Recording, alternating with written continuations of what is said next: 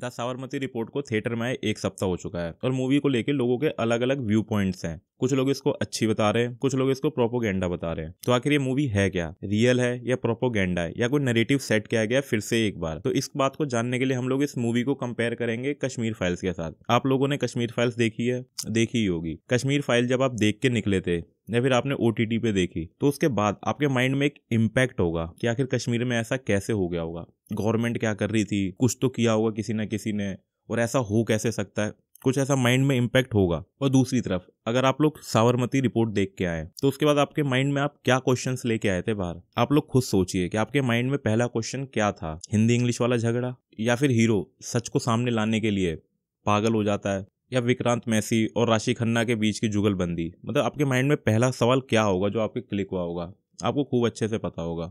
आप लोग उसको कमेंट करके बताना। अब मैं आप लोग बताता हूँ कि प्रोपोगेंडा मूवीज होती क्या है।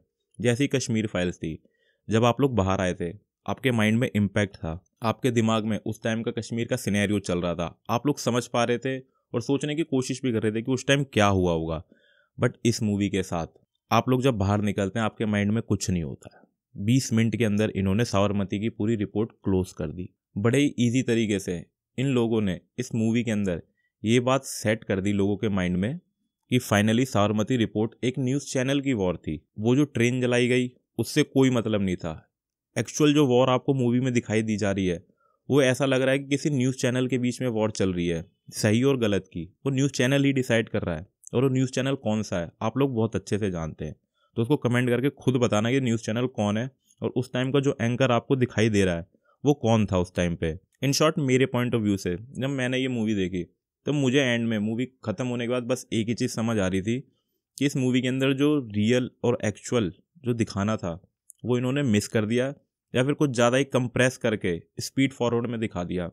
15 मिनट की शॉर्ट मूवीज़ के अंदर ये सारी चीज़ें दिखा सकते थे, लेकिन अननेसेसरी के टिकलिंग टाइप BGM लगा रखे इन्होंने मूवी के अंदर। अननेसेसरी की कॉमेडी क्रैक करने की कोशिश की है। मतलब जो सिचुएशन नहीं है, मूवी अपने आप में एक सिंसियर है। मूवी का जो प्लॉट है वो ट्रेजेडी बेस है, कुछ बुरा हुआ है, उसके अंदर ये लोग जोक क्रैक कर रहे हैं। कहीं पे कोई भी सीन बन सकता है ऐसा। इमेजिन करके देखो कश्मीर फाइल मूवी के अंदर अगर किसी सिचुएशन पे कोई जोक क्रैक कर देता तो मूवी का तो पूरा प्लॉट ही मिस हो जाता।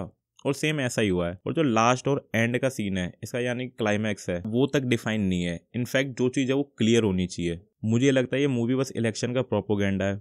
इसके अंदर एक्टर है या कुछ भी है वो किसी गवर्नमेंट की गुड बुक्स में आना चाहता है, या किसी के आगे अपने आप को एंटी नेशनल से बदल कर नेशनलिस्ट दिखाना चाहता है।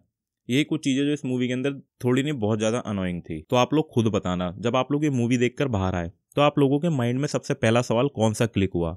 क्या वो सवाल उन यात्रियों के बारे में था जो हादसे में मर गए थे, या फिर वो सवाल था न्यूज़ चैनल वाली कोल्ड वॉर के बारे में? कमेंट करके बताना।